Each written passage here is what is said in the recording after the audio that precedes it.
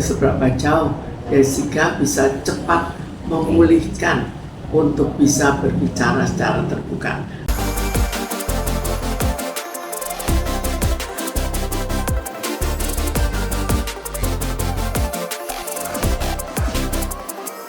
Ibu, mengenai Jessica Wongso, mantan terpidana kopi sianida, kemarin sudah dibebaskan dari rutan kelas 2 Bandung, dan dia mengaku setelah keluar tuh dia merasa gugup gitu kan, dan untuk bertemu dengan orang-orang gitu, canggung sekali, dan dia tidak tahu harus berbuat apa. Ketika ditanya setelah ini ngomong, dia belum tahu gitu. Menurut Ibu dia seperti apa sih Bu saat ini kondisi psikologis sendiri gitu?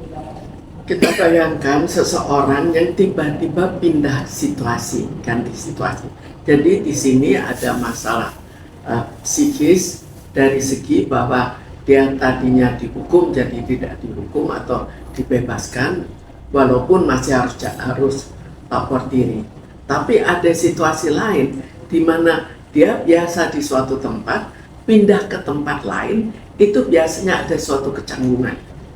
Jadi kita saja kok tiba-tiba harus pindah kerja, awalnya kan juga canggung. Jadi soal kecanggungan itu hal yang biasa.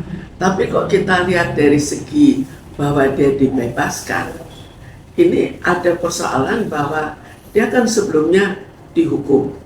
Kita bayangkan kalau dia memang tidak salah, kemudian harus dihukum, apa akibatnya? Jadi orang tidak salah harus dihukum dan dia tetap dipersalahkan. Jadi di situ bisa kita bayangkan mentalnya itu jatuh karena tidak berkuasa sama sekali. Lain halnya kalau dia sebetulnya tidak salah. Jadi di sini ada dugaan bahwa dia itu kemungkinan memang tidak salah. Tapi kalau memang dia tidak salah, kemudian disalahkan, mentalnya pasti jatuh. Dan akhirnya menjadi seperti orang ya nggak percaya diri, kurang berani, banyak hal yang muncul bersamaan dengan tidak percaya diri. Terjadi pembunuhan karakter pada diri dia. Tapi sekarang kita lihat, apakah dia salah atau tidak salah?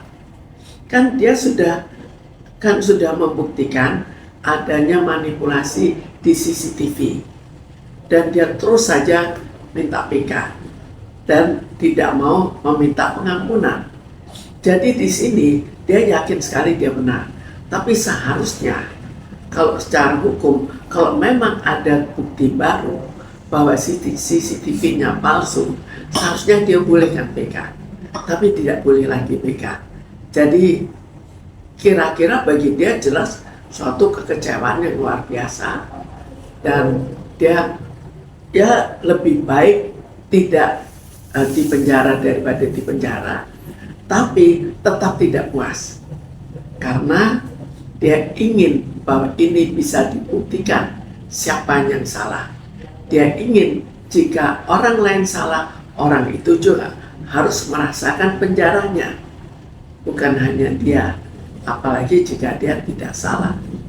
Bu, tapi sikapnya Jessica Wongso ini ketika habis keluar sampai dia lupa cara menggunakan handphone itu benar-benar nggak sih Bu, atau memang kayak pura-pura saja? Saya pikir memang kalau orang dia terus saja ditahan di suatu tempat dan sudah tidak percaya diri, sudah stres, sudah kebingungan, maka otomatis banyak hal yang bisa terjadi.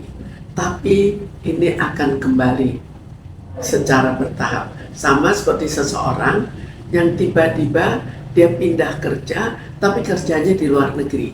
Lalu juga tidak ada orang-orang yang dia kenal. Biasanya juga mengalami suatu kecanggungan sementara. Biasanya berapa lama sih Bu proses untuk penyembuhan? Tergantung pada orangnya. Apakah orangnya kuat mental untuk menghadapi perubahan atau kurang. Jika dia kurang kuat mental, tinggal kecepatannya sampai seberapa jauh dia bisa beradaptasi dengan cepat. Tapi pada Jessica Wongso kemungkinan bukan hanya perubahan situasi, tapi juga perubahan bahwa dia masih bingung sebetulnya keinginan dia tetap diproses lebih lanjut dan membuktikan siapa yang salah. Dan sekarang kan tidak bisa dibuktikan. Nah, bahkan kemarin dia nanya sama pos hukumnya, Mbak, saya pulang kemana? Bahkan sampai pulang ke rumah aja dia, dari situ kalau saya pulang dia nggak tahu gitu, masih malah nanya dia. Jadi kayak linglung itu benar nggak sih Bu dengan proses Bahwa selama terjadi ditahan? kelinglungan pada perubahan situasi itu hal yang wajar. Jadi apakah Jessica betul-betul linglung atau tidak, itu kita belum tahu persis. Tapi jika itu terjadi, merupakan hal yang wajar terjadi pada suatu perubahan yang sifatnya perubahan besar, apalagi dia ditambah dengan banyak pemikiran. Kemarin ditanya juga sudah memaafkan, katanya sudah gitu loh. Ya, soal memaafkan kita harus berpikir apakah betul-betul memaafkan atau hanya dalam kata-kata seperti ucapan terima kasih yang dikatakan, apakah betul-betul terima kasih atau terima kasih dengan segala perasaan dendam. Bu, itu dari tatapan mata dia kan masih kelihatan kosong dan tajam Bu, itu kayak ada rasa buat dendam juga nggak sih Bu? Kayak sakit. Mestinya kalau dia memang tidak salah, maka dia akan dendam. Coba bayangkan, dia sebagai seorang yang ya cukup enaklah hidupnya, kemudian harus masuk di penjara, apalagi kalau ditaruh di sel tikus.